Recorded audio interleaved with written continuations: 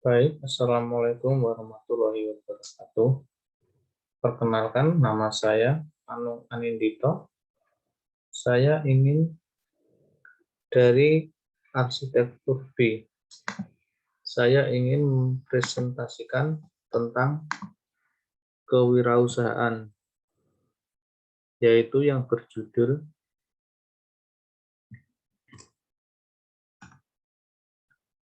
teras depan.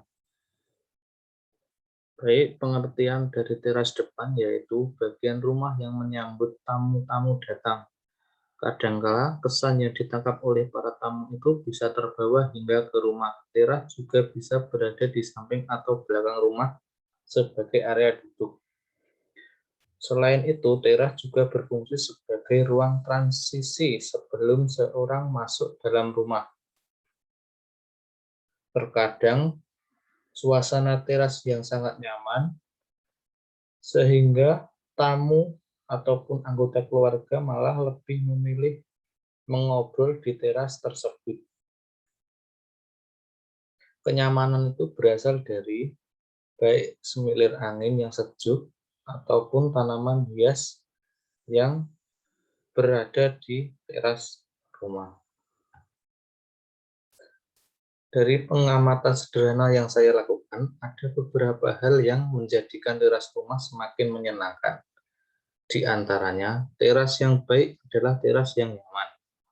Kenyamanan di teras adalah hal utama. Bila kita ingin menunjukkan kesan ramah kepada mereka yang mengunjungi rumah kita, buatlah agar mereka merasa diterima dan disambut dengan kenyamanan. Dalam hal ini, kita bisa menyediakan kursi untuk duduk dengan nyaman. Kursi teras seharusnya termasuk furnitur outdoor atau furnitur yang tahan diletakkan di luar ruangan. Teras dapat dilengkapi dengan tanaman. Tanaman dapat memperlunak suasana ruangan dan membuat kita merasa makin nyaman.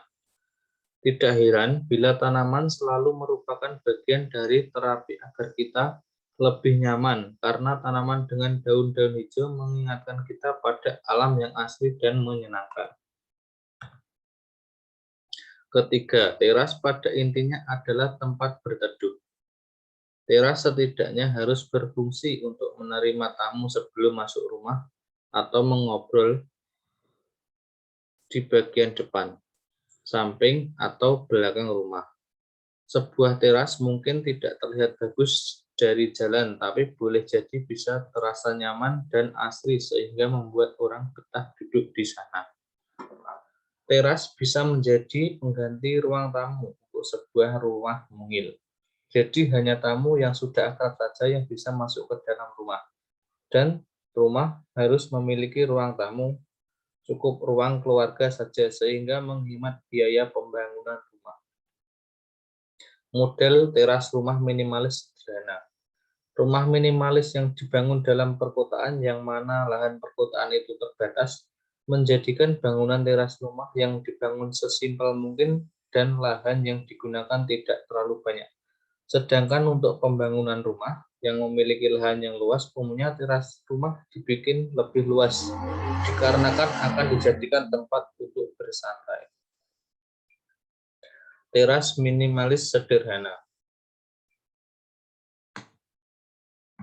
Teras minimalis sangat sederhana. Jika Anda memiliki rumah dengan model perumahan bertipe kecil, maka model teras ini memang memiliki ukuran yang sangat kecil dan kira-kira hanya bisa menyediakan 2 kursi dan 1 meja santai kecil saja.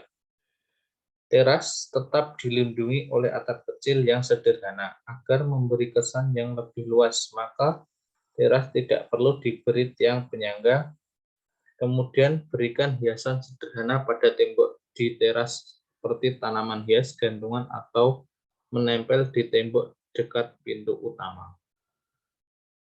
Teras minimalis mewah dan elegan.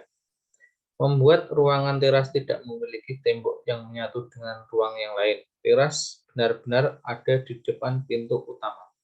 Kemudian ditempatkan sofa yang konsep mewah sehingga berkesan sangat elegan. Akan lebih baik lagi jika jalan menuju teras dilengkapi dengan 2 atau 3 anak tangga. Lalu pasang lampu dinding di kedua sisi tiang penyangga. Teras konsep batu alam, di mana semua dinding di bagian dekat pintu utama diberi batu alam.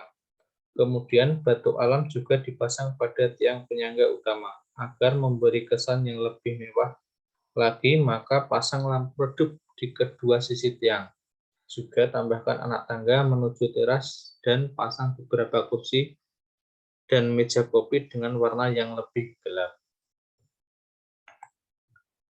Teras dinding kaca. Membuat teras di dalam ruang kaca yang ada di bagian depan rumah, sepenuhnya bagian teras dari 4 sisi dikelilingi oleh kaca, sehingga ruang tersebut mendapat pencahayaan yang optimal. Kemudian, satu pintu besar diletakkan di dinding kaca utama, di mana pintu ini selalu terbuka, lengkap bagian sekitar teras dengan tanaman dalam pot, dan tempatkan sofa nyaman di teras. Teras lorong, memadukan sebuah konsep teras tersembunyi. Teras berada di bagian lorong rumah menuju pintu utama. Ini juga mengalahkan konsep pintu utama yang tersembunyi. Untuk memberi kemudahan pada tamu yang akan berkunjung, maka jalan setapak menuju teras harus jelas. Selanjutnya, dinding di bagian teras bisa dipasangi batu alam atau dinding biasa untuk memperkuat karakter bangunan tersebut, dan lengkapi teras dengan kursi agar tamu bisa menunggu sebelum Anda membukakan pintu. Sekian presentasi dari saya, kurang lebihnya mohon maaf. Terima kasih.